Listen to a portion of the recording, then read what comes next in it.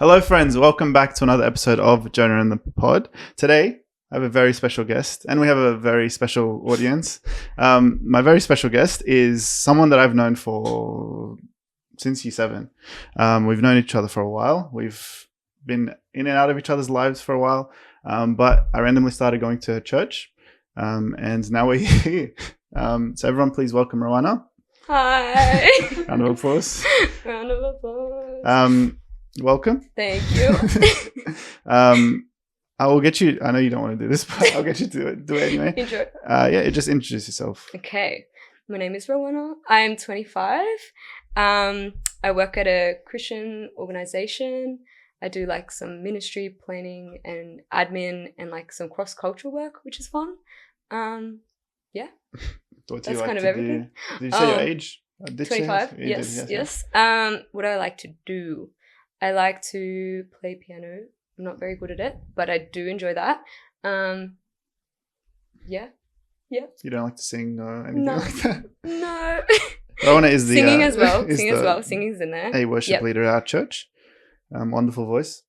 If you want to give us a rendition, that's okay. I'm not going to do that to you. Maybe not today. Yep. But yeah, we don't have to fluff about anymore. We can get to the nitty gritty. And I will leave it to you. You can talk about. We're going to do a testimony today. Yep. And I'll leave it to you. You can go as deep as you want, as shallow as you want. You know the drill. Okay, cool. So, okay, from the start, I guess.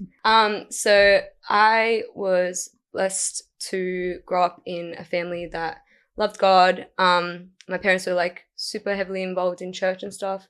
So I was like always at church, always like attending Sunday school, all of that. I was told by my parents that I was like 5 when I was like, can I get to heaven? Like, I just wanted to get to heaven. Thought it was cool place. So I wanted to like, I guess, pray to get there rather than pray to have a relationship with God. I was obviously really young. And then sort of primary came up where, I went to a public school actually. So I remember thinking, okay, all these people don't really know God and I know God. Like I was young, but I just remember being like, oh, like I think I would have seen my parents sort of evangelize. So I was like, I can do that maybe with my friends. I want them in heaven with me. So I there was one day where I was like to like my best friend at the time, I was like, hey, like you can become sisters in Christ with me for life. Like lock it in. And she was like, yeah. So we prayed together. Obviously like we were young. We didn't really know what was going on. And then it kind of like trended for that day where like 6 people were like, oh, let's pray the prayer and become sisters in Christ. That's actually so cute. Yeah. So that kind of happened. And I remember being like super bold about it, which is like kind of inspiring. I wish I was like that still. And yeah, like a friend of mine, like from a different background, she's like, why do you wear that cross? Like, and I just shared the gospel with her. So that was kind of like 5 years old. No, sorry. Did I mention that this was in primary school? I'm so sorry. Yeah, you did, but no, I was not 5. I was not 5. I was probably a bit older at that point. It's crazy still. I was just like, I guess I saw it so much. Like we'd go to the shops and I'd see my parents do that and like I'd hear about it so often. So I kind of just, did that because they did. I remember like, I was really young, but I remember like, I was like, God's my best friend. Like he's just always there. I talked to him about everything. Like I remember just like praying a lot, sort of thing. And then I was like in year 6 and like I started like serving just like on the worship team. It was a bit year 6. Did I say 6? That's crazy. I think I'm misunderstanding or something. That's I think I don't know. Anyway, we'll okay. wait and see. So yeah, I was like in year 6 where I like sort of started serving. And I think, so then I started high school. And then for those few years, I remember just, I guess, relying like a lot on my feelings on how I felt towards God, like if I felt his presence or didn't, like even like in worship, like I'll be like, oh, like I felt God's presence this time and then, oh, I didn't. So it was very much like that. I remember even like with reading, I really wanted to read, like I had a desire, but I remember like being like super blind. I don't know, like yeah, I would just read and nothing was being consumed, and I just kind of was like, what's going on? I don't understand it. I'm not feeling God's presence. I'm not feeling God here or close.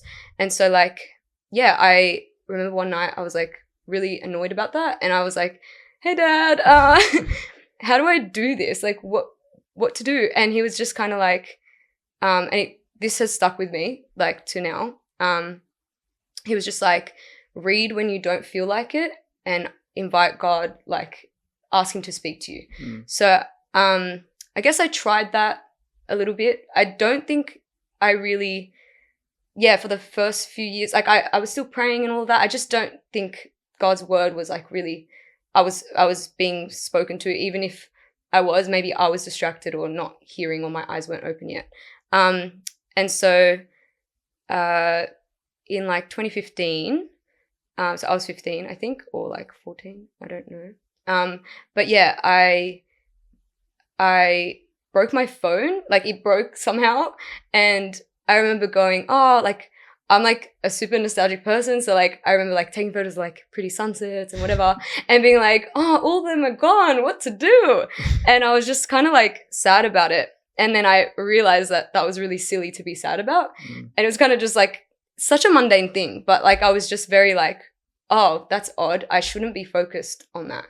And so I was like, I got to get my priorities straight. And I was like, I just like literally opened the Bible. I remember sitting on my bed and like I was undistracted. My phone was literally broken. And I was just kind of like willing to hear from God. And so I think I was reading in Acts, and I was just like reading. And then I remember going, oh, like the words on the paper are actually coming to life. And like for the first time, I think I felt like the presence of God, like, and him talking to me. I think before it was always me praying, and I'm not sure if like I don't know. But yeah, that was kind of like the first time that happened. Would you say that like because you had other things, like you had your phone still, so even when you were reading God's word, you were still distracted by your phone or something like that? Do you think that could be a possibility? I don't know if I actually was saved, because I think so like after that happened, it sort of like after reading and the words coming to life, I started really understanding like, wait a minute, this is real. Like everything, I don't know, like it was like such a moment where like everything that I remember like listening to in Sunday school and all that, I'm like, whoa, so it's actually all real. Like Jesus actually loves me. So I think before, I was trying to read, but I didn't even have a relationship with God before. And God can still speak to you even if you're not saved 100%. But I think, I don't know, in this situation, that's how he wanted to reveal himself to me. I don't know. I think that there is a verse out there that speaks about like, to the non-Christian, very butchered, but to the I full looked at the camera, sorry, to the non-Christians, the Spirit is like, they don't understand things that Christians understand because they don't have the Spirit. That's true. So what it sounds like is that when you when you receive the Spirit, you actually were understanding things that you wouldn't have before. I actually feel that fully happened, yeah. And then I remember like I gave it a bit of time, and I remember like sitting in my kitchen and be like, guys, I think God wants me to get baptized. I was like, everything's really real to me right now. And I'm like, yeah, I was like crying, so much going on. And yeah, like my dad was like, okay, but why? And I really like that he asked that, because it sort of made me sort of, like really know what was going on in that time. Didn't want it to be just this emotional thing and like whatever. So yeah, so that sort of happened, and I was, I was like pretty reserved, still am, but like pretty reserved as a person. So like getting baptized was not something I really wanted to do, but I remember going, no, Christ did all of that for me. Like the least I can do is declare that he saved me and loves me. So, like I remember, that was one of like my favorite years with God, honestly. And then 2016 happened, and I was like invited to a wedding in London. great times. It was really good. And we just, yeah, like I sort of was introduced to so many different people. And I guess it was like the first time I wasn't, like I was in church for like 15 years. Like it was the first time I wasn't like Outside of the church? Yeah. Like, and it was the first time, like I've traveled before, but it was the first time when I was a bit older and I was like, oh, like I'm like really out of my bubble type thing. So, but that was a good thing for me, I think. So yeah, I sort of realized like, whoa, like there's a whole life outside of my little Christian cute bubble. So then, yeah, like I remember, we went to Speaker's Corner. Do you want to explain what that is? Because yeah. So she told me she went to Speaker's Corner before, and I was like, oh, that's crazy. So if you don't know what Speaker's Corner is, it is literally where like people from all religions, and they're very smart people, they go and just debate. Mm-hmm. Like they debate about even I think different like denominations debate against each other, Muslims, Christians, like you name it, atheists, all of it, they debate, and it's like very famous. Yeah. So that's really cool that you went there. I would have loved to go there. It was interesting. It was really interesting. So basically there was like a debate happening. And I remember just like looking up like, oh my goodness, like I don't know what's going on. I don't know what they're talking about. I don't know how I would defend my faith if they were to talk to me. I would have zero to say. I felt like I literally knew nothing. Like it was just one of those moments where I'm like, whoa, like I'm so in my bubble. And that sort of challenged me, but it freaked me out as well at the same time. And so I guess that sort of maybe spiral a little bit, where I sort of just like was like, I need to understand the world. I need to understand in terms of like different religions and like philosophy and whatever. Like I need to explore this. I have no idea. And so I sort of put my Bible aside, which I wish I didn't. And I sort of just replaced that with different podcasts and readings and whatever it is. And like I'm all for doing that, by the way. Like that's amazing. We should do that. But I was just like, I was sad that I like put my Bible aside. It doesn't replace it. It doesn't replace it. Exactly. Yeah. So that was kind of hard. Because I remember even when I was younger, like I remember knowing that God fulfilled me because I felt it as well. Like I remember going, no, like I actually am empty without God. And so I kind of got back into that space where I felt so empty. I was not praying. I was not reading. And it was just hard. Like I actually just didn't enjoy life. Like I was not fulfilled, not one bit. Can I ask you a question? Yeah. And this is might catch you off guard, but what would you say to people that do feel empty? Like, would you say it is just as simple as reading God's word and praying to Him, or is it a bit deeper than that? I don't know if it's as simple as that. I feel like for people, it could be different, like depending on their situation. I'm not sure, but I do think like God speaks regardless. Like if you're open to it, I think if you're in that state, like just be honest with God. Like literally just like be like, I have no idea. I'm feeling this. I'm like, I have no idea what's going on. I need help. And I think God like loves those honest prayers. Yeah, I don't really know what else I'd say. That's a fantastic answer. Yeah, it's really good. I feel like, I sort of took the step to like be like, okay, I can't be in this state for too long. I don't like it here. I was reading. So I started reading. I picked up my Bible. I remember it like very clearly. And I was just like crying and I was just reading. And I was just going to get it up so I don't butcher it. That's the classic. I'll get it up. Yeah. So I don't even know where you're reading from, but. It's Matthew 18, 2-4. Matthew 18, 2-4. Yeah. Oh, I won't edit this out because I like this. Oh, you won't? Okay. Matthew 18, 2-4. Yeah. Do you want me to read it? Do you want to read it? Up to you. You can read it if you want. Mine's ESV though, so maybe yours is. That's fine. Okay. I'll read it. I think it's the same gist. Matthew 18, 2-4. Mm-hmm. And calling to him a child, he put him in the midst of them and said, truly I say to you, unless you turn and become like children, you will never enter the kingdom of heaven. Whoever humbles himself like this child is the greatest in the kingdom of heaven. Yeah. So I remember reading that and going, whoa, okay, I want to go back to like that childlike faith. Because I was like freaking out before, like about, I don't know anything, whatever. But I knew I had this love for God. There was a desire for God.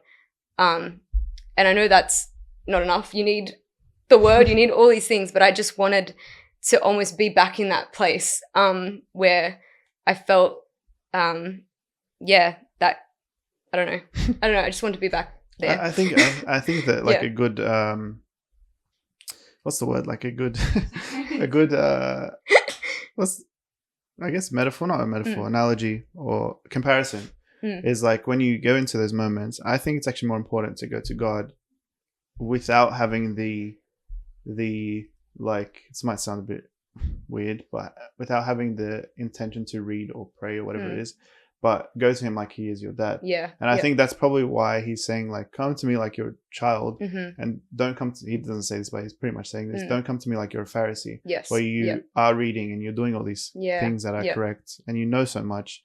I need you to understand that you know nothing and come to me when you know nothing 100%. And I'll give you what you need, sort of thing. 100%. And so after I read that, I remember going, no, I'm just gonna like talk to someone about this.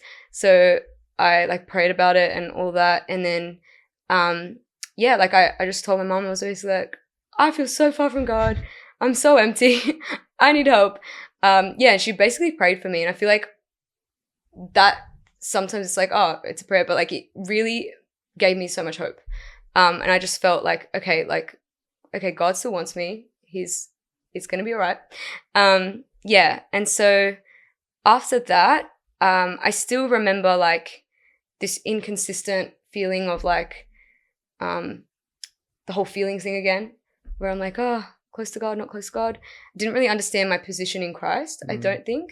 And I think I put a lot of the emphasis on what I was doing, which is not what God's love is, and that's what grace is. And I don't think I understood grace. And so my first encounter of grace was, I think I was like, it was like during HC times. I remember like just like being like, I think there was like a devotion at school, and it was about like more of God, less of us. And so I remember praying that, and then I didn't sleep like the entire night, and I had an exam, and then I ended up doing well on that exam, and which I did not expect to do. And I was like, okay, I know that was actually God, not me. And so I remember just being like, why is God kind? Like, what? Why is he kind? That was the first encounter of grace. And then I feel like the second sort of time I was like, why is God so kind? was like, just like basically I like finished all the exams and all of that. And like, I ended up getting into the course I wanted and like the uni I wanted. I was like, wait, what? Why? And I just, I was just like, felt like an overwhelming sense of like, oh, God cares so much and it's not about me. And like, I realized like my life isn't actually mine. It's like not my own life. Like, because if it was up to me and it was about my actions, about how close I felt to God and all of this, nothing would happen. And that's not what God is about. So that took me a while to sort of understand. And I think like we go through times where it's like, oh, I still am learning that. So there's that. And then I sort of chose my degree similar to that 2016 sort of feeling of like, I want to understand other people, why they believe what they believe. But it was less freak out. It was more like, okay, but if I believe what I believe, how am I meant to explain something to someone if I don't understand them? And so I wanted to like really I wanted my brain to just, expand and all that. You want to be open-minded in like a big way. Yeah, for sure. And so, I chose like a very broad thing. Like I chose anthropology, which is basically study of humans, and sociology, study of like society, I guess. I basically, I thought I would be like super challenged at uni in terms of like, I'm going to get into all these debates and it's going to be scary. And like, I don't know, I just thought that, but I was actually just more challenged for myself. And I kind of also, it sort of consolidated things for me about my faith. So like I remember just like the lectures and all of that were like, I remember just being in them being like, they're just missing God. But this is great that I'm learning this because now I understand a bit more about life. Yay. So that was like helpful for me, I think, in that time. And yeah, so I think like, during like 2020 was like COVID period and like 2021 as well. The first lockdown, like I feel like I just wasted my time. Didn't really do much. I didn't know also that we were going to be in the house for that long.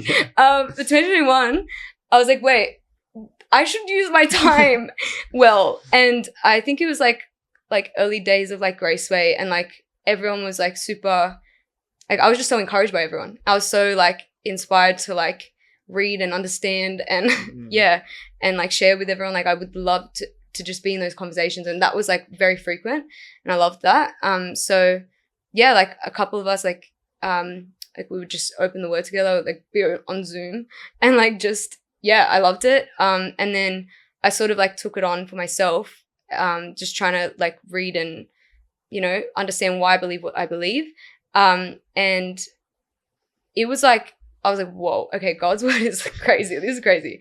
It was kind of like, it's sort of like, because if you grow up in a Christian household, like you don't really,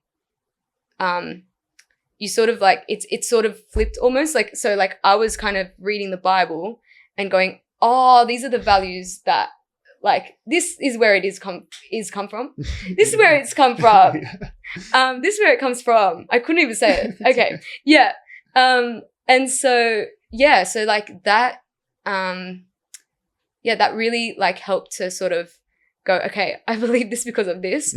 And I remember like reading Romans 8, and just being mind blown. And that sort of ties into what I was saying before about like our part, God's part. Like I realized that it's a spirit that actually empowers you to live the Christian journey. Yeah. And he even gives you the power to be like, hey, God, I don't know what to do. Like he gives you the power to do literally all you need to do.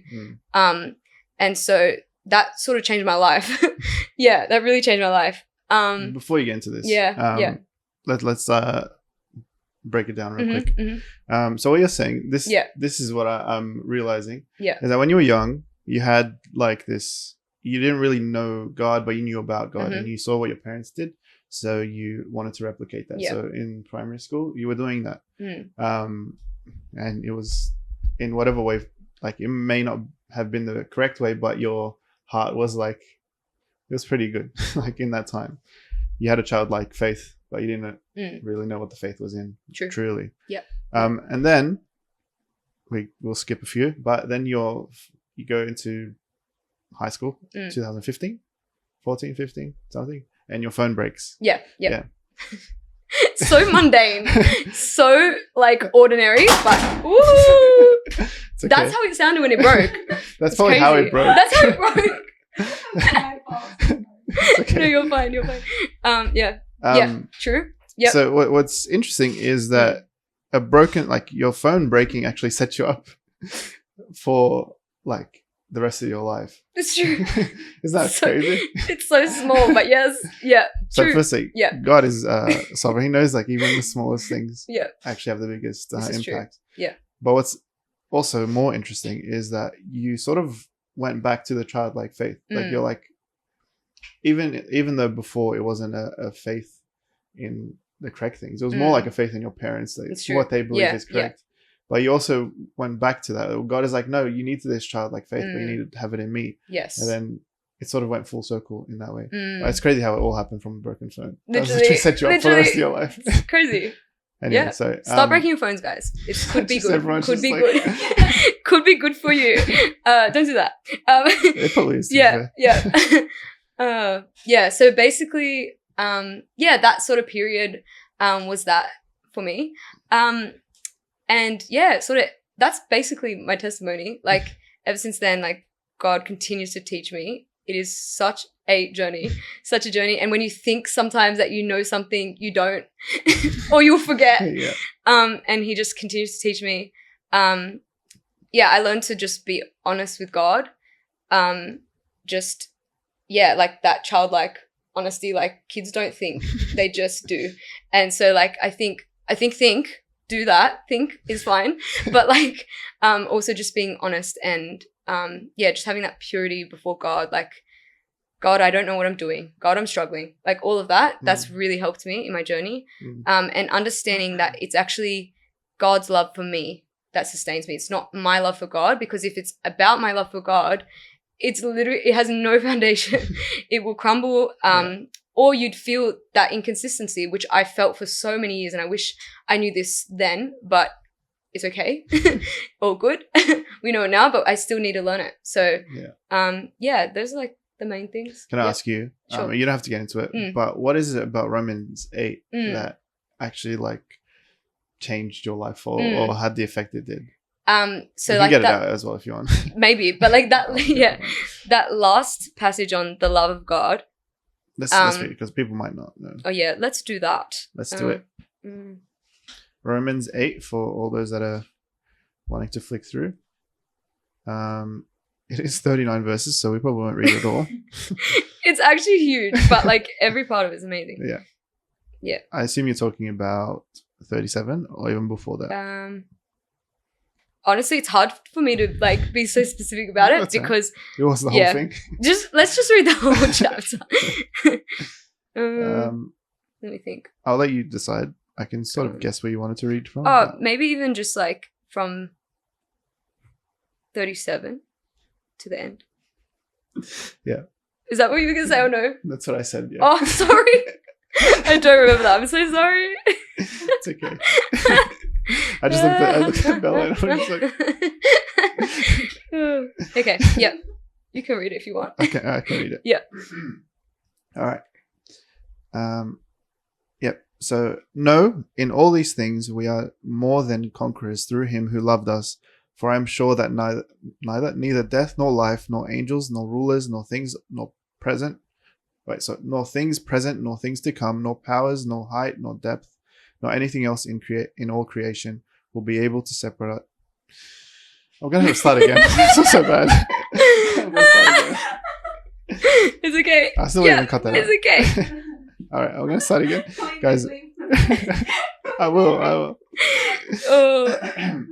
Romans 8, verse 37 to 39. No, in all these things we are more than conquerors through him who loved us. For I am sure that neither death nor life, nor angels, nor rulers, nor things present, nor things to come, nor powers, nor height, nor depth, nor anything else in all creation will be able to separate us from the love of God in Christ Jesus our Lord. Wow. Amen. It's very famous, but it is very very powerful and very strong. It reminds me of a saying, and I think I've said it maybe like 43 times on this podcast. 43. 43 to be specific. But it's literally, there's nothing that we can do to make God love us more, and there's nothing we can do to make God love us less. 1000%. Yeah. Yeah. And this is talking, it's not even just talking about us, but it's talking about everything else. But do you want to expand? Sorry, I just expanded on your thoughts. No, like that was the expansion. Basically that like it's actually not about us. It's about his love for us. If we focus more on that, I think we do actually love him more as well. So it's all of those things together, I guess. That's cool. Yeah. Yeah, it's fantastic. I don't know if you want to sub or you want to keep going. Sub time. All right. Well, we have a substitute.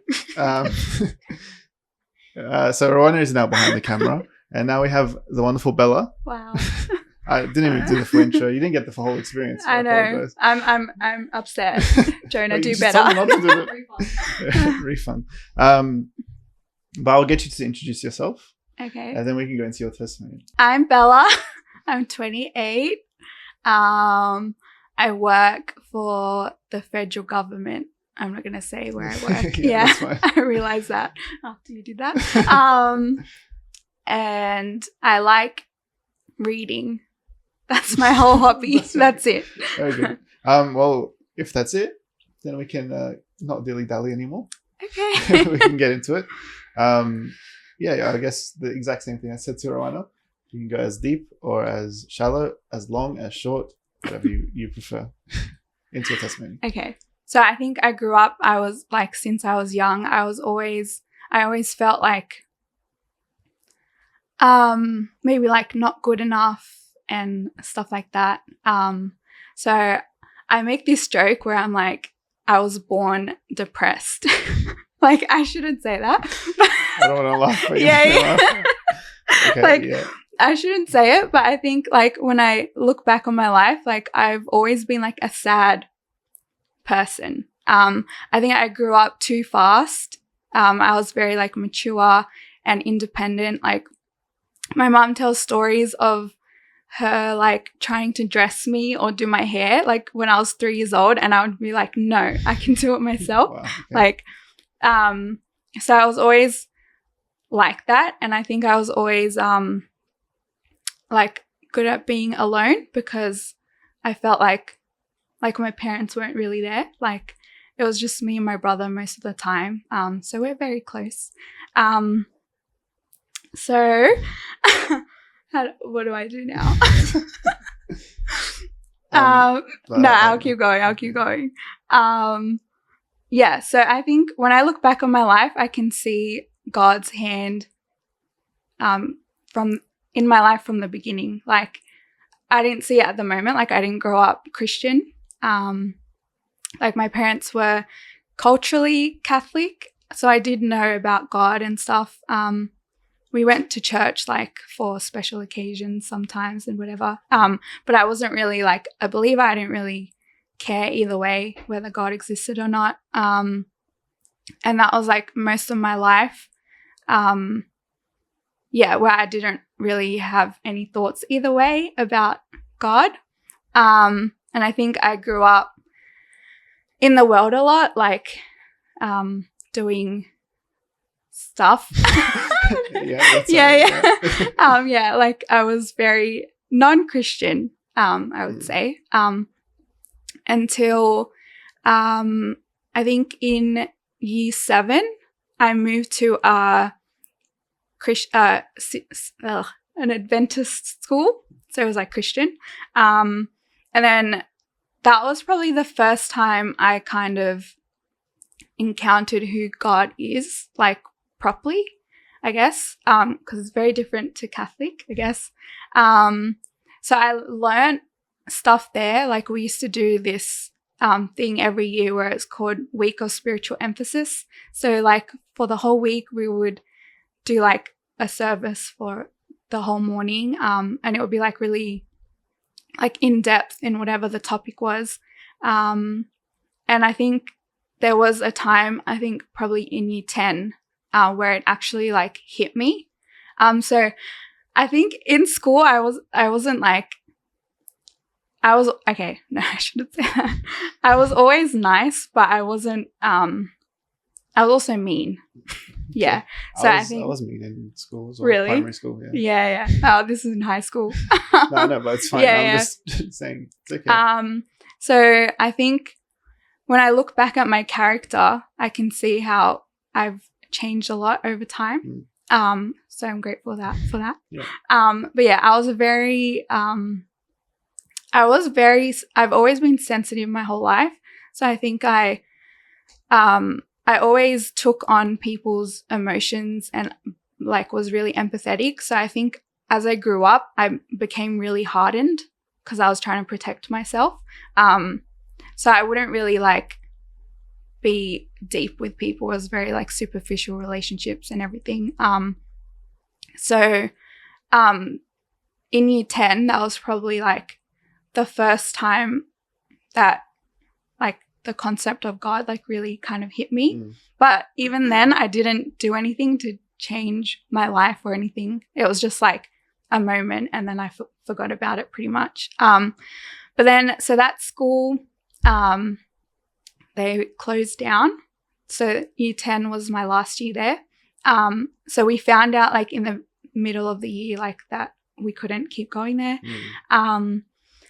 So from there, I was like, I had to figure out like where to go to next. And then so I was always like really smart at school. So, and it was always like my goal in life to go to Harvard, like since I was a little girl. So I was like, oh, this is my opportunity. You were very mature for the age. Yeah. Well, I was 16 then, 15. No, I'm saying you wanted to go Oh, as you were a little when I was, girl. yeah. My mom always says, like, since I was 8 years old. That's I crazy. don't know. So yeah, I wanted to go to Harvard. That was like my dream. So like as the year was ending, I had to figure out what to do next. So I started looking into schools that did international baccalaureate. I think that's how you say it, Oh, wow. IB, Okay, instead of HSC. So it's like to help you, it's more internationally recognized. So it's easier to like go overseas if you want to study. So I did, there were a few schools, but most of them were just like girls' schools, not co-ed. And I didn't get along with girls that much when I was younger. So I did like really cherish my guy friends, and I knew that I wouldn't really like it if I went to an all-girls school. So there was one school, it was St. Andrews in the city. So I like looked into it, and then I saw it was like so expensive. And then I was like, oh, if I'm going to I wasn't paying, but if I'm going to make my parents pay this much, why don't I just look into like going to school in America? Like that would be so cool and a lot easier to like get into uni if I went there. You get into Harvard, right? Yeah. So I looked into it, and like the cost was like pretty similar, but I could go to America, so like why not? So I somehow convinced my family to let me do that.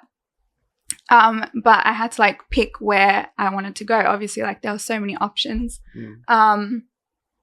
So I remember one night just like, I don't even know if I prayed like properly or not, but like I just remember being very stressed about the decision and like, where am I going to go? Like,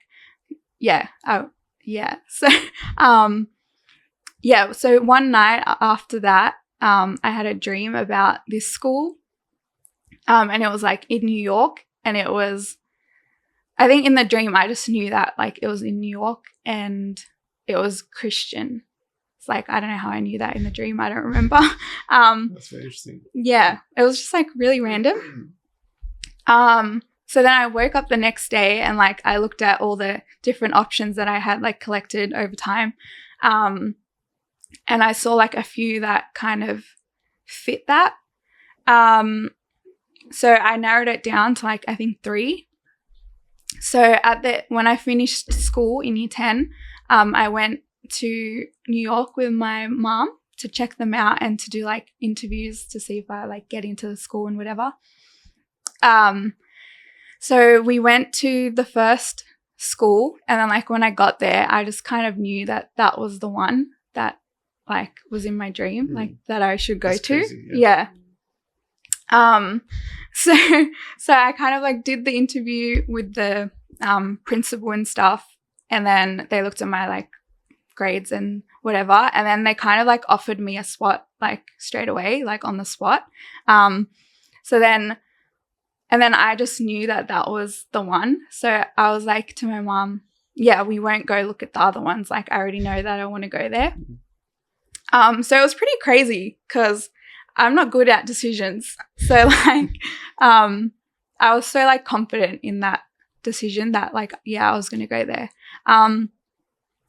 So that's probably like when I look back on it, I see how much God worked in my life to make that happen. Like even everything before that, like I went to a primary school. It was like a performing arts school, and there was no reason for me to leave. Like, but I just wanted to focus on my grades rather than like other stuff.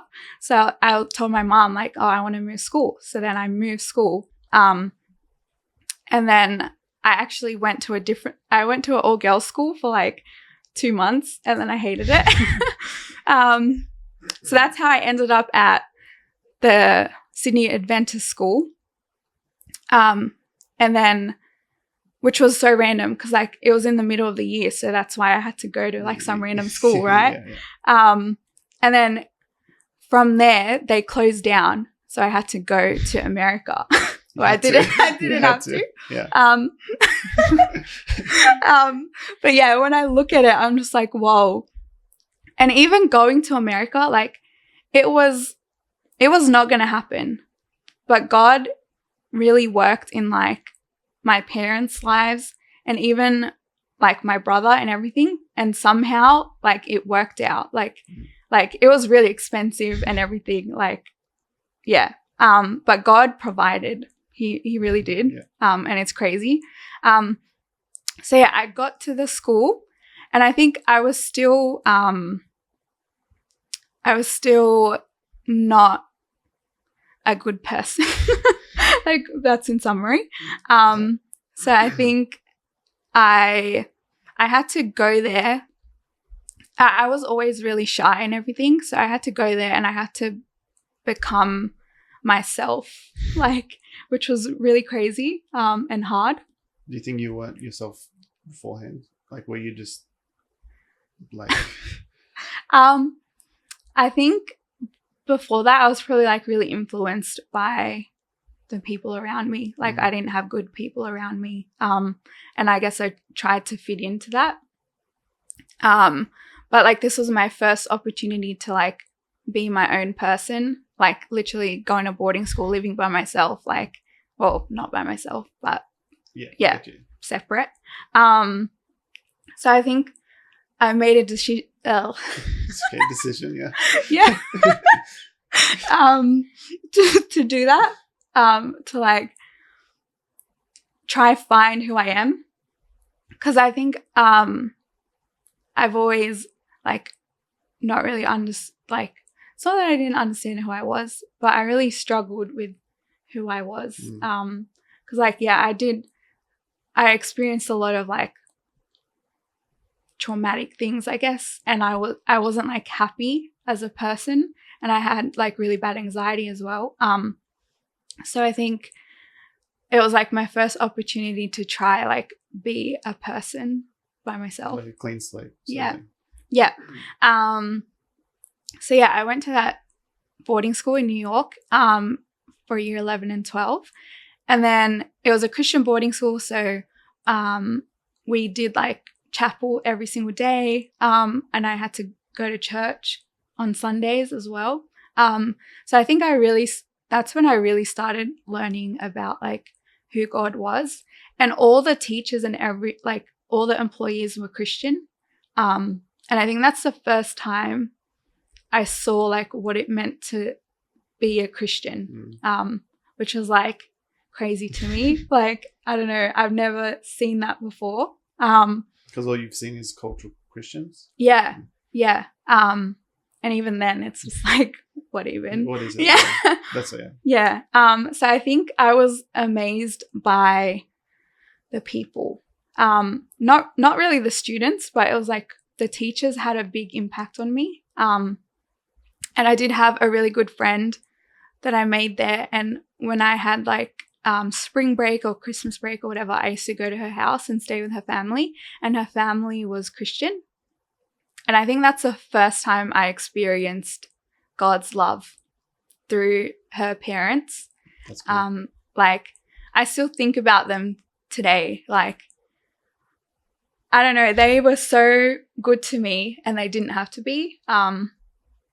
And so generous and loving, and like, so I was there for my birthday and Christmas and everything, and they like gave me like a birthday when they didn't have to. Cool. Yeah, and it was like they included me in like all their family things, and I felt like so loved by them, which was like crazy to me at the time. It still is now. I still like, yeah, it was impactful. So then in year 12, part of the like curriculum was to do a course called Faith and Culture. And I think by that point I kind of had learned more about God just by like going to church and stuff at school.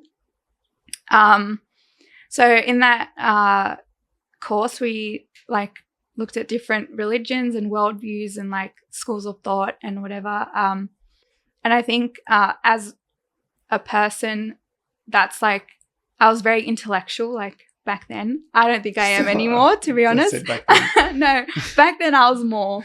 Yeah, so I think I didn't really connect with God like from the emotional stuff like before that. So doing that course, well, I really started to learn about like why God exists. Like rather than Christianity and stuff, it was more just like why God exists, like to begin with, or not. Why does he not exist? And it kind of like blew my mind, like all the science and like the probabilities of us even existing, like of the universe. And I think like at the time I was like, whoa, like there is no way God does not exist. Like I was so confident in that, like after learning about all of that. And then we also, in that, we read John. So that was the first time I read the Bible. And I remember John 1, like the beginning 5 verses of it, was like crazy to me. I don't know why. Read it? You can read it. I can read it. Do you remember it? Yeah.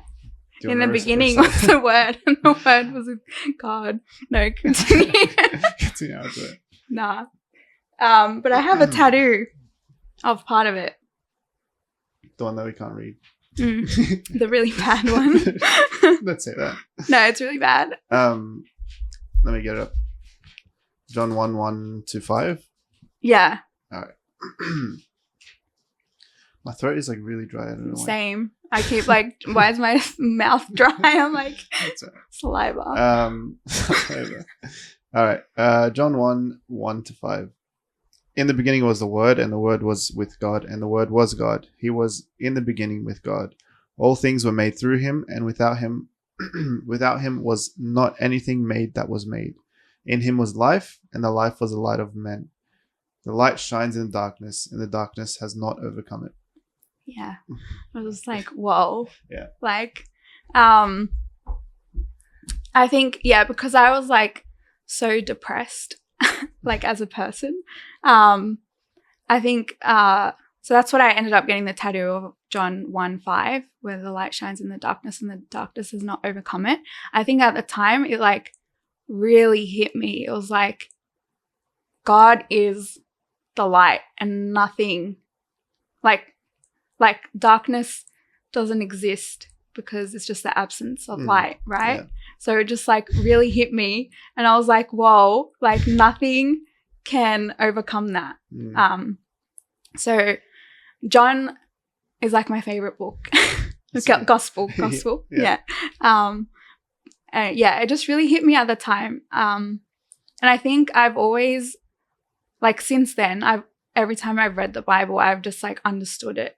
Like I was like different to most people don't really understand it, but I think I just really understood it like straight away, which was crazy. I think like you were talking about providence of like you going to the US and stuff like that. Yeah. But I think it goes deeper than that. I think like all these things that have happened in your life, whether it's like it's gonna sound very shallow, but it sucks for you, some of the things. But at the same time, like there have been things that have prepared you to be who you are now. Yeah. Or even who you were like when you were reading this stuff. So you moving and understanding like you want to be yourself rather than be the people around you. It probably helped you understand God a bit more, because you're like, okay, I don't know what caused it, whatever, but it was still like preparing you for this. And that's probably why you understood it more and why you actually got it, because you were no longer the people around you, but now you're Bella, like you are yourself. Yeah, that's very good. So good. Yeah. So I think from that, like in year 12, I believed God existed. And then I believed in the Christian God, because no other Mm. religion made sense. Mm. So yeah, I think that's how it started. Like it was just like I believed God existed in general, just based on like the scientific evidence and stuff. And then reading the Bible, I was like, yes, Yeah. Jesus. Yeah. That's how it goes. Yeah. So I think I didn't really know what to do with that though. But I just knew God existed, and I've never wavered on that since then.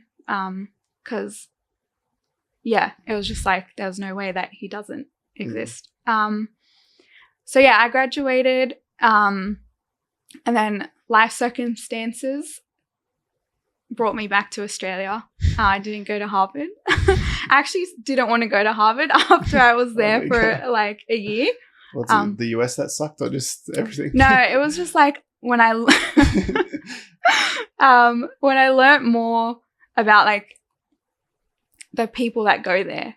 Okay. I was like, I'm not one of those people. Like, I'm not like pretentious. Like, even though I'm like smart, I can't pretend like to be Is that smart. what pretentious comes from? Pretend? Sorry, that's... Yeah. Is it? What do you mean? Like pretending? pretend, yeah. Oh, no, I don't think so. I think I just said pretend like separately. Yeah, anyway, sorry. That's a Jonah mind. Maybe it does. I don't know. I don't think, I don't know. Anyway, sorry. Yeah. So I didn't even apply there. But I did apply to other unis. In the US? Yeah. But then I just came back home because it was too expensive. Mhm. Like so expensive. Yeah. Like $60K a year. Not very. I'm very poor. No. Belly can't say No, this. we're not. We're good. But yeah, pretty much I didn't get enough like scholarship, like because I didn't give it to international people enough, like much. You had to be like the best person like ever. 1%. Yeah. So couldn't really afford it, so then just came back to Australia. And then this is also God was in everything, guys. Yeah. He's so good. He's there. Yeah. He is very good, Yeah. So I came back to Australia. I had no idea what to do, like what uni to go to, because they teach you all of that in year 12. Oh, I feel like they do in Australia, like the different unis, how to apply, all that stuff. I don't know. 12. Jonah doesn't know. I don't know. So I had no idea. Confirmed. All right, that's confirmed. Cool. So yeah, I had no idea. I didn't do the HSC. So I did the SATs in America. So I didn't know how that would work. So I remember I got here in like the end of May or early June or something. So I only had like 1 month to figure out what uni to go to and start in semester 2. So I pretty much, this is so superficial, but I was like, I pretty much just Googled, what's the best uni in Australia? Well, that'll do. Yeah. So it was, I think at the time, or maybe it still is, I don't know. It was the ANU in Canberra. So I pretty much, and I didn't know what I wanted to study or anything. So I just looked it up. I looked up what degrees they have, and they don't actually offer that many. So like compared to other unis. So I was like limited in options. But pretty much I decided I would do a Bachelor of Arts and Bachelor of Science, like double degree. And then I planned to change to medical science because you couldn't start medical science in semester 2. You had to start at the beginning of the year with everyone. So that was a plan if I got in, because I didn't know how the grades work. But then I did. Like they converted my SAT score to an ATAR.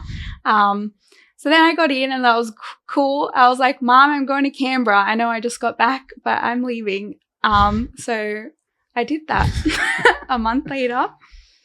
And I think I came back and I was like a different person to who I was before I left. And I really struggled with like reconnecting with my old life. Like even my family, they didn't know who I was. And I found that really hard. So I was glad to leave. I know it sounds bad. So I moved to Canberra in July 2015. Yeah. And I started uni. And then, so that was like full on living by myself, being my own person, whatever that meant. And I think I did carry the belief in God with me at that time, but I hadn't read my Bible or anything like on my own. And then, so I did like one semester and it was just like normal. I think I really like struggled a bit, but it was still good, and I still believed in God. I remember I used to listen to like lots of worship songs and stuff. And then I also, similar to like what Romana was saying, like I kept looking into who God was, but not reading my Bible, but just like watching stuff and like reading Christian books and things. And then I came back the next year for like starting semester 1, and I decided not to change into medical science because I decided I wanted to do chemistry, which was crazy. From Bachelor of Arts. Oh, I did both. You did both? Okay. Yeah. So instead of Bachelor of Science, you did? Yeah, so it's Bachelor of Science majoring in chemistry. Yeah. But I wanted to like do medical science, Before, which is biology mostly. Yeah. But then I didn't. Because so I just stayed doing that. Oh no, I did that wrong. That's okay.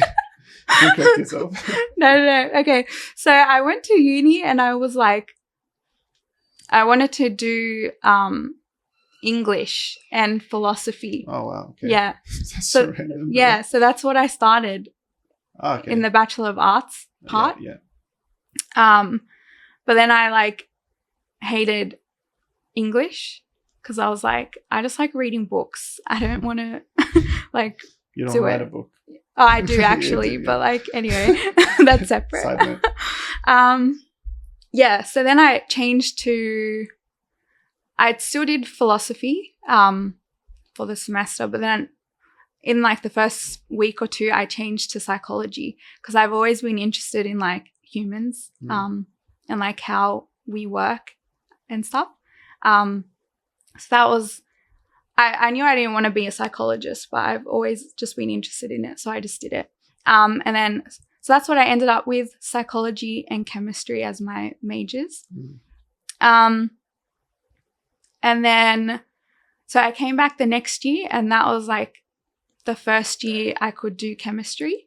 So then when I lived on campus, they started a study group for chemistry because it was like one of the hardest things. So they had a study group. So I was like really shy and awkward still, like, but I had to not be. And I was like, okay, I'm just gonna go like to this thing. Yeah.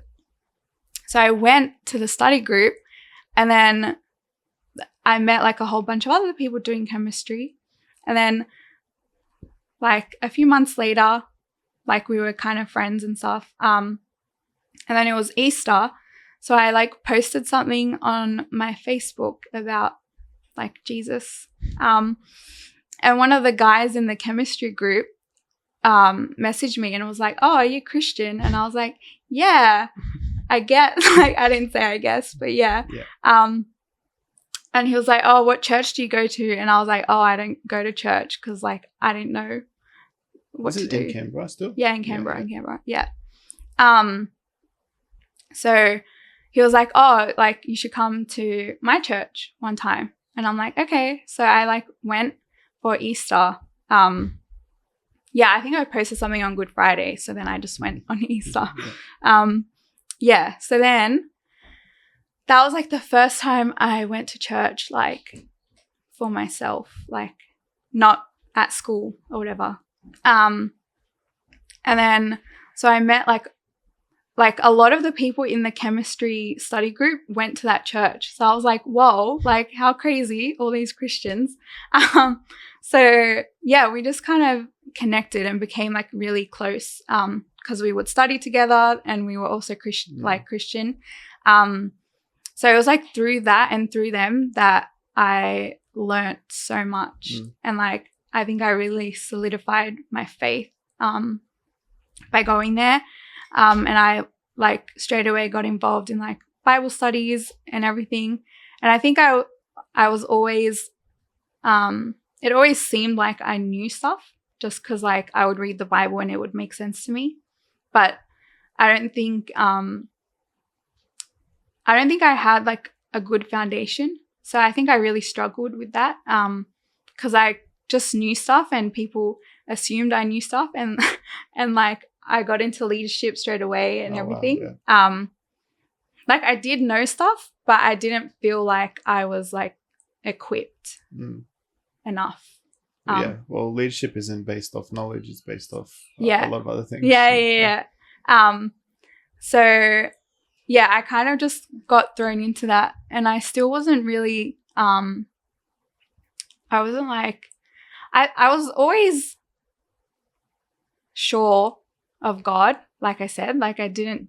Well, it's not that I doubted God, but I did have moments where I was like, am I even saved? Like, and whatever. And I still kind of struggle with that, to be honest. And I think I, especially at that time, I really struggled with understanding like God's love and if like he loved me and if I loved him, because it was all very like intellectual and stuff. Like I just knew, but I didn't feel it. So I really struggled with that. And yeah, so I was just like really involved in Bible studies and everything. And I still wasn't really reading my Bible like for myself. I was just reading it like at Bible studies and things. Yeah, but I think I grew a lot in the first like year or two of going to that church and hanging out with Christian people. Like those were my first Christian friends. So I think that's when I really started evolving as a person and becoming like less worldly. Because even like my first semester of uni and stuff, like I was still going out like drinking and stuff like with other people. And I wasn't really like changed as a person that much. But I think over time I became like, I didn't really want to do that. And I became more like. Can I ask you a question? Maybe multiple questions. Yeah. First one, was there a certain time in your life where you did like see a change? As in like, were you like, oh yeah, now I'm a Christian? Or was it just like a gradual thing where it's like you're getting more and more solidified within your faith? It was very gradual. Yeah. So I think that's why I really struggled, because I didn't have like a solid foundation. Like that's always been the thing that I lacked. So I just knew God existed, and I knew that I was Christian, I guess, but I didn't like know how to be that. Can you expand on that thought there? Like, what do you mean you didn't have a foundation, a solid foundation? I don't know how to explain it, but I think I was so like intellectual about it. Like it was all like knowledge. Like I knew stuff and I knew that I believed in God, but I didn't feel it. Yeah. Okay, I'll ask you this. Yeah. Because I disagree that when you say you didn't have a solid foundation. I didn't know you back then. Yeah. But I disagree. And the reason why is because we just had Rowan on and she says that she was very emotional. Yeah. And would you say that she had no solid foundation? No, because I... But now yours is the opposite. So you're saying like one is better than the other? No. So what is yours not a solid foundation? If you had the knowledge but not the emotion. She had the emotion but not the... Or you did. Sorry. Yeah. You have knowledge. I think the thing is you can have the knowledge and then it becomes like a relationship with God, right? So then you feel it. But I think I didn't feel it. I didn't have like, no. Is that? I look. I'm not saying that I'm right, but Yeah. I think God's providence has been on your hand, and it's not, like I said, it's not just with the things that have happened, but it's also with the way that you have been formed. Yeah. And I think we're all different. Yeah. Like we can all say our different stories, but the foundation is that God took care of us. It doesn't matter if it's intellectually or emotionally or like whatever it is. So I think the foundation is you probably have more knowledge than both of us in general. Not even just biblical, but just in general, because you pick up things easier. But you can relate to people that cater towards that, where people maybe in similar boats that are in similar boats to who you were, but they don't feel the emotional side. Maybe they're just all intellectual. And you can be like, well, I was there. You know what I mean? So the foundation, in my opinion, I think you did have a foundation. Maybe you just didn't see it, or maybe it doesn't feel like that. But I think the foundation is the fact that God took care of you, and you know what I mean? Yeah, no, I get that. I agree. Okay. But I think maybe foundation's not the right word then. That's why I was wondering what you were meaning by it. I think it was just like I was thrown into it. Like, does that make sense? Like, I didn't feel like I knew like basic stuff like that, because you go to Sunday school, like you grow up Christian, whatever, you know stuff. I didn't know stuff like that. Does that make sense? It does, but like I look at like Nicodemus. He was a Pharisee. Yeah. He knew stuff. Yeah. But then what did he really know? Like he knew stuff. Like I'm sure he did Sunday school and he did everything else until he was a Pharisee. He was one of the highest guys. Yeah. But then Jesus says, like, butchering. Yeah. He's like, you don't know anything. Like, what are you talking about? Like, it doesn't. I'm just trying to, I guess, encourage you that you don't need to have this whole background to be someone that is great, because God made you great. That makes sense. Yeah. Okay, I don't know. Oh, that was so wholesome. Sorry. Do you want to bully you now just to balance it out? No. Maybe. I'm like, oh, compliments. Nah. Yeah, you're right. That's right. But I think at the time I struggled with that because I didn't know stuff, but like in Bible studies, like we would read something and I would just know in the moment that whatever we were talking about, but I didn't know other stuff. Does that make sense? Really? Okay. That's all right. Do you want to expand on that? Because maybe it didn't make sense, but maybe I'm just... No, so I'm like... not as intellectual. Stop. Don't say that. Yes. No, not yes to that. So like, just, I don't know how to explain it, but like I would read the Bible, like in Bible study, and I would just like know what it was saying, and like I would contribute to discussion and whatever. But I didn't know the Bible, like other parts of the Bible. I only knew what I was reading at the time or whatever. Yeah, but Bella, you can't know what you don't know. Yeah, I know, but I felt like I should know. No, I could say that literally about myself now. I was trying to read Zechariah and I had no idea what's going on. Oh yeah, that's a really hard one. And I'm 16. How old am I now? 16 years into my faith now or something. Wow. And I'm still like, there's some chapters and some books and some things that I hear. Yeah, but like, that's not what I'm saying. I'm saying like foundational things like that everyone knows. Like, oh, Moses. I don't know. You know? Look, you can't be too hard on yourself. Yeah. Because I'm sure there's stuff that you know that I don't know. And I've been in my faith much longer. Or that you know that Ramona doesn't know. And it's... You can't think like that. Yeah, well, you can, but in my opinion, you should. Yes. I agree. Yeah. No, that's good. I don't know how you got into that. I don't even know. But yeah, I just like, I learned a lot going to church, becoming more Christ-like pretty much. And I had like my first Christian friends, and I think having Christian friends is so important. Yeah. So do that if you don't.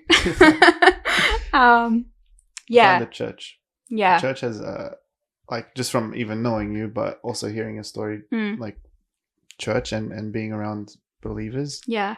Has a massive effect. People don't understand. Yeah. I say understand like 40 times. People don't really understand that. They don't comprehend that.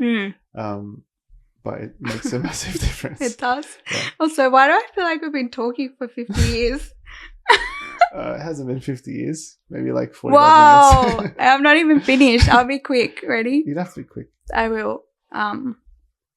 Okay. Let's Yeah. just keep going. The church. The church. I went to church. It was good. But I still really struggled with my mental health and stuff. That's probably been a struggle my whole life. And so, like one night, we were in like a Bible study. So my church really focused on the Ephesians 4 and the different like giftings. Do you want me to say what they are? Or should we read it? You can read it. Because there's actually multiple different like passages that say different gifts. Yeah, So okay, I'll just say it then. It's the apostles, the evangelists, the prophets, the teachers, and the pastors. Oh, yeah, that's it. You don't need to read it unless you want to, but it's fine. I'll trust you. So my church like really focused on that, and they really tried to like cultivate like our different areas like to make the one body. So one night we were like doing like prophetic like learning about it, I guess. And then one person prophesied over me with a verse, and that verse changed my whole life. Do you want to read it or should I? You read it. I'll read it. Why not? So it's 2 Corinthians chapter 12, probably from verse like 7 to 9-ish. Oh yeah, classic. Yeah. All right, verse 7 to 9. I think so. Is it Yeah. talking about thorn in the flesh? Yeah. All right, 2 Corinthians chapter 12, verse 7 to 9. So to keep me from becoming conceited because of the surpassing greatness of the revelations, a thorn was given me in the flesh, a messenger of Satan to harass me, to keep me from coming conceited. 3 times I pleaded with the Lord about this, that it should leave me. But he said to me, my grace is sufficient for you, for my power is made perfect in weakness. Therefore I will boast all more gladly of my weaknesses, so that the power of Christ may rest upon me. Yeah. Can we continue? I think is that the end of the bit? There's Yeah. There's the last bit, but so Oh, what's the last I'll one? just read it. For the sake of Christ, then I am content with weaknesses, insults, hardships, persecutions, and calamities. For when I am weak, then I am strong. Yes. How good is that? Very good. So you can imagine like as someone who was like, I felt very weak in who I was, like imperfect and stuff. Like that really hit me that they like spoke that over me. And it kind of changed my whole life. Yeah. So before that I was very like reserved. I didn't really talk about myself or like my struggles or anything. But that just like changed me, and now I'm like so big on being vulnerable and like sharing your struggles with people, and just like acknowledging like your weaknesses, right? Because in that God is so powerful and he can do so much in you, and it's not from you, and that's what makes it so good, right? So that changed my life. So literally the next year, like that was near the end of the year, I remember. The next year I actually got my first tattoo, which is like imperfect with a cross, because it really just like explained everything. I don't know, it was just so deep. I still think it's so good. Yeah, good. And then so from there I decided, so I actually like went on antidepressants, like because it was like a really like dark time in my life, but that verse like stuck with me so much. And it like pulled me through. So yeah, I was like on antidepressants. Like, actually, this is like one thing you don't know about me. I feel like you know my whole story besides this. So yeah, I was on antidepressants from then. But that verse just like, it just meant so much, like through all of that. And I shared that part of me with people. And I saw how powerful it was, like being vulnerable. And I actually like had a friend come up to me once and he was like, oh, I'm really struggling and I know that you understand. And it just like meant so much to me. I don't know. Yeah, so that was like a really dark time in my life. I think it was around like 2018 to 2019.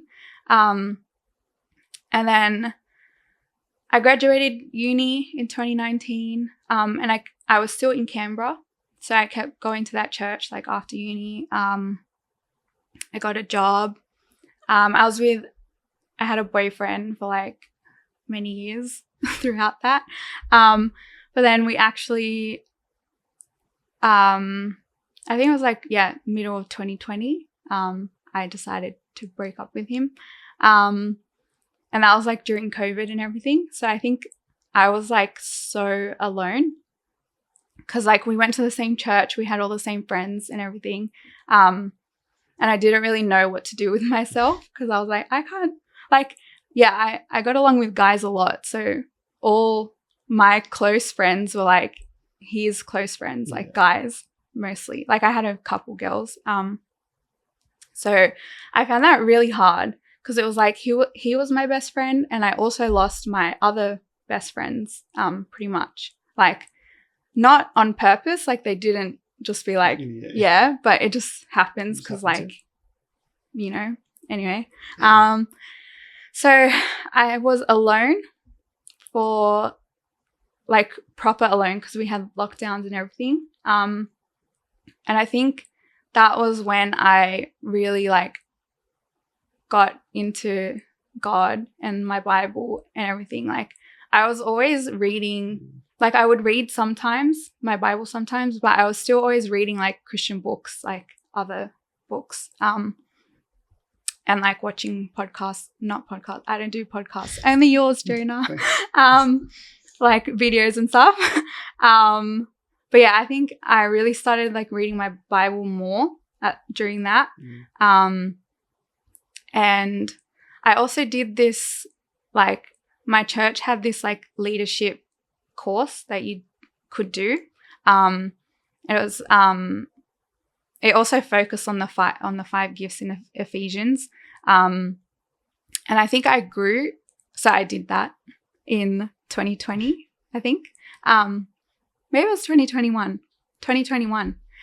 So I did that course and I think I grew like so much. Like my faith was so strong like through that. Because I think I was in like such a dark place and that gave me something to like focus on pretty much because I wasn't doing uni. I was working. Ew. So yeah, I really like grew so much in my faith. Like we read Acts and Luke, but like proper study, like in-depth studies. And also read like some other Christian books on the side.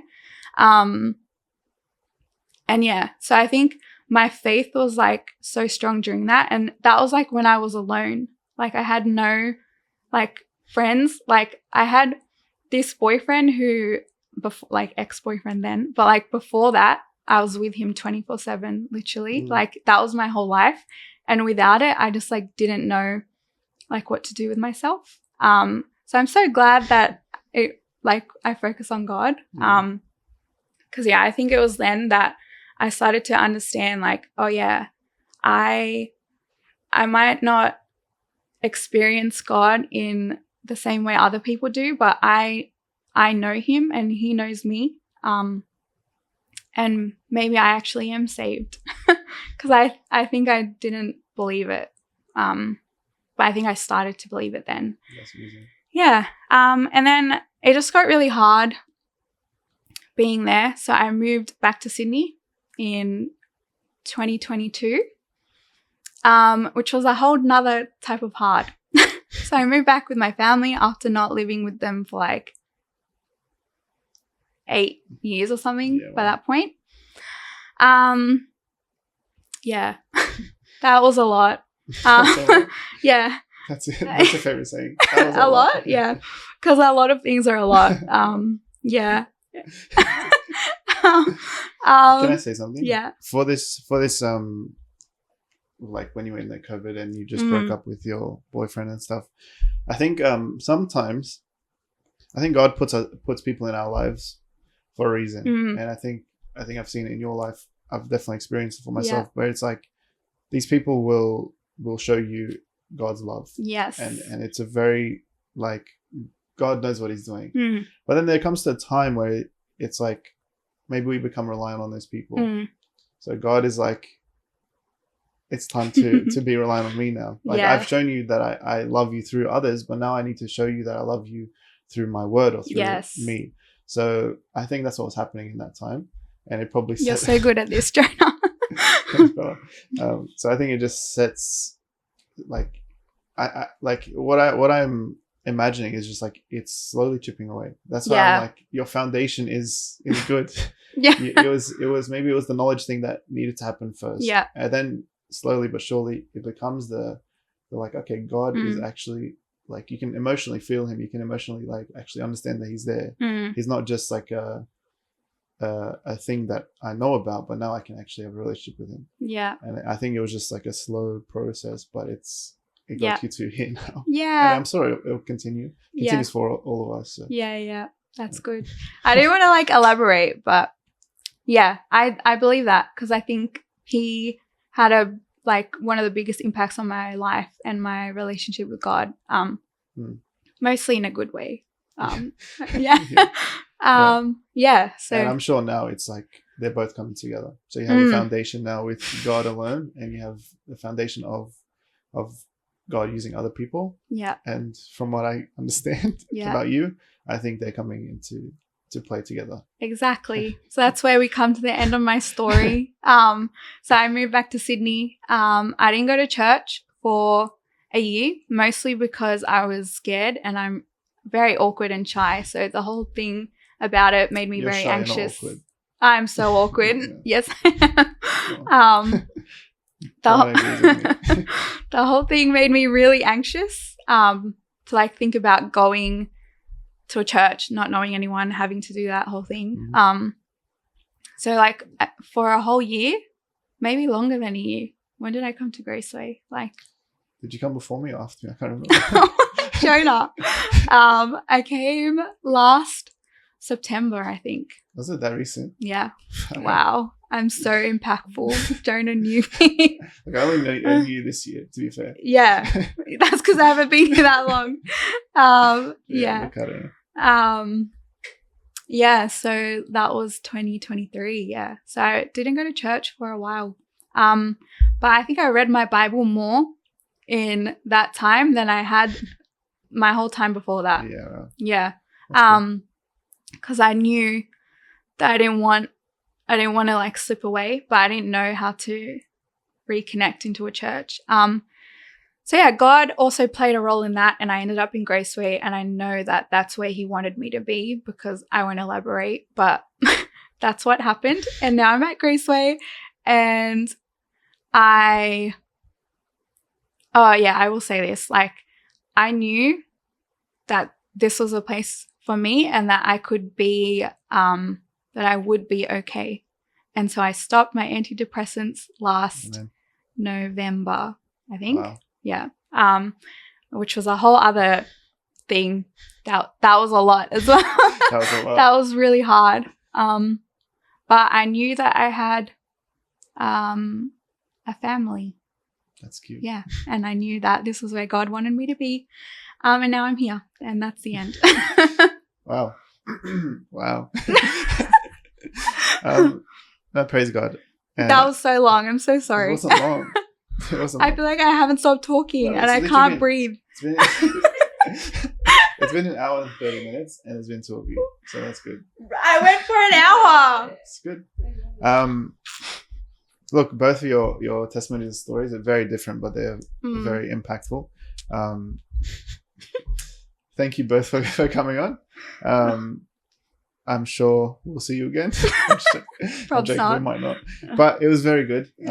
We still need to do apologetics podcast. We need to know what you've learned. Yeah. No, sure. I'm joking. But thank you both. Thank you guys for. Are we happy to wrap up? Yeah. Yeah. Thank you, Jonah. It's okay. I wouldn't do it if it was someone else. Oh, thanks. Yeah. Well, thank you both, and thank you all for watching. And I will see you next time. And peace. Bye.